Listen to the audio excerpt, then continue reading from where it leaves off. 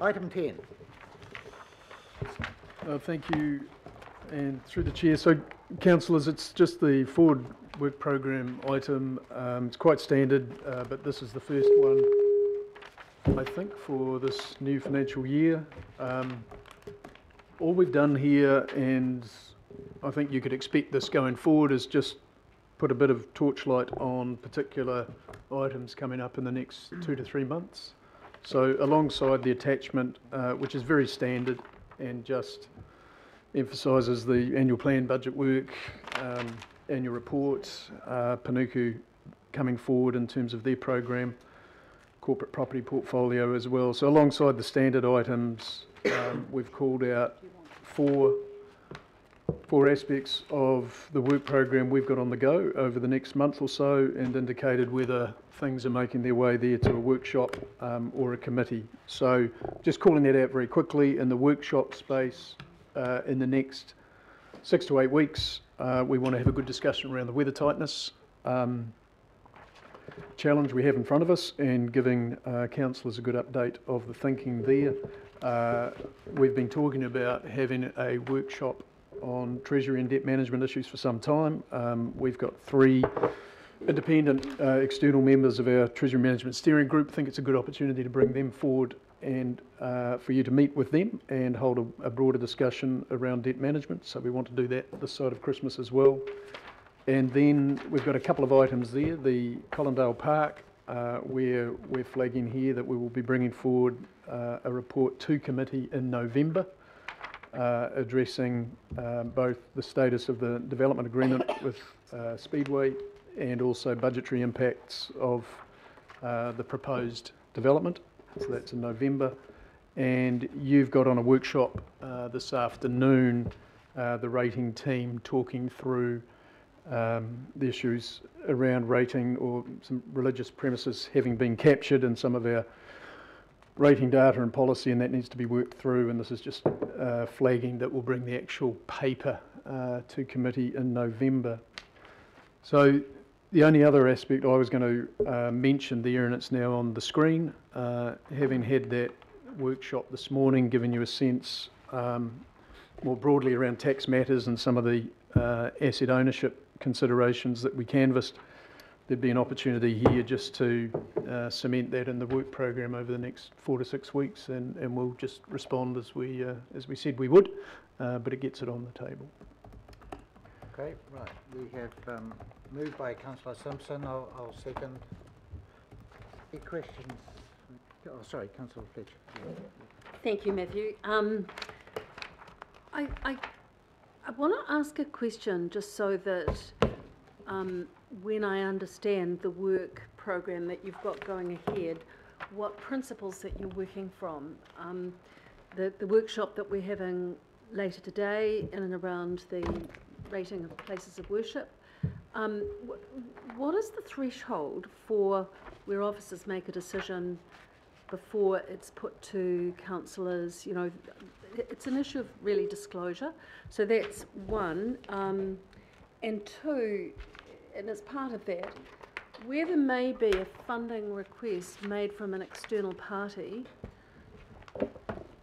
where they may be declined, at what point do you inform members of this committee or the governing body of those funding requests? So, and lastly, and unrelated to that, just the work that you're doing on the CCO external partnerships with the regional amenities and the Auckland War Memorial Museum levy. We spent some time last week discussing the cultural sector review and where that sits within it. I'd just like to feel that that work stream is going to be aligned with the cultural sector review, so just a bit of comfort on that one.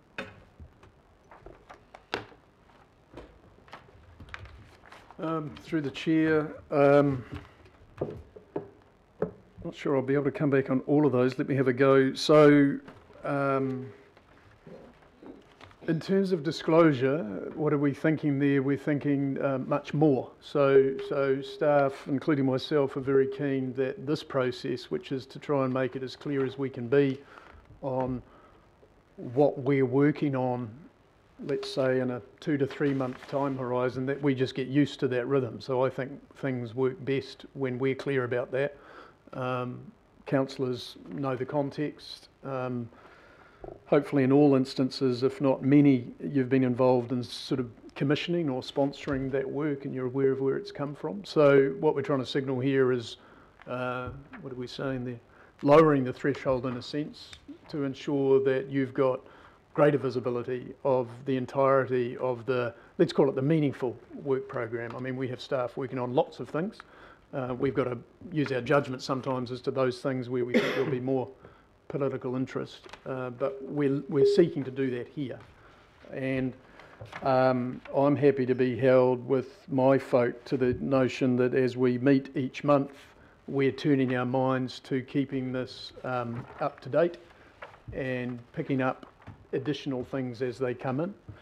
And it may well be that on your third item in terms of the cultural review, that might be a good opportunity where I can have a discussion with Alistair and make sure you can be clear through this process what the next steps in that review are.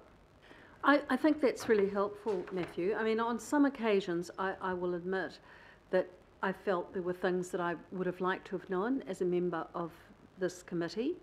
But then last week, there were items that came up where we chose to blame officers, whereas we had that information, such as the fact that there's only 450,000 odd for regional park acquisitions in the LTP. Now, that was a figure that we were known, but councillors said no, they didn't know about that, and there's going to be a workshop on it. Now, I'm assuming that workshop is going to be in the Environment and Community Committee, although it's a financial one, and whether or not that should be in the Finance and Performance. I mean, there's just, it's really around trying to make sure that there is a uniformity around information, particularly where it might be controversial, on those sorts of things. In fact, the chair might give a steer. Is that going to come to this committee, or is that going to the Environment Committee, or where's that workshop going? I would have thought initially that would go to the Environment as a workshop because it's an aspect of the Parks program, work program and budget. And then the same with the cultural review, that would needs to be coordinated through the Environment Committee initially, but there should be tandemness about it, if that's a word. I don't know if it is. With Councillor Hols's committee, I would have thought on both those issues. Yeah, through the chair, I think getting hard and fast formulas about this stuff's actually quite hard. So it's just people being connected and having conversations, and we try and make sensible calls as we go. I don't think it needs a formula. I don't think you're asking for that. No. But if you're asking for people to make sure we're joined up and you're getting a more consistent sense of how an issue's been managed and what's coming ahead. It's really an accountability, you know, Yep. from my perspective, Yep. of what I should know and what I don't know, and how we utilise that. So appreciate that, thank you.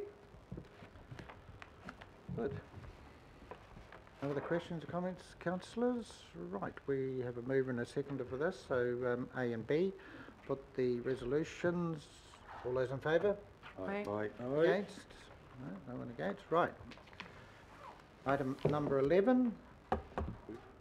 Again, fairly straightforward. Moved by Member Taipuri, seconded by Councillor Walker, I believe. Yeah. Absolutely. Completely right. Any discussion? No.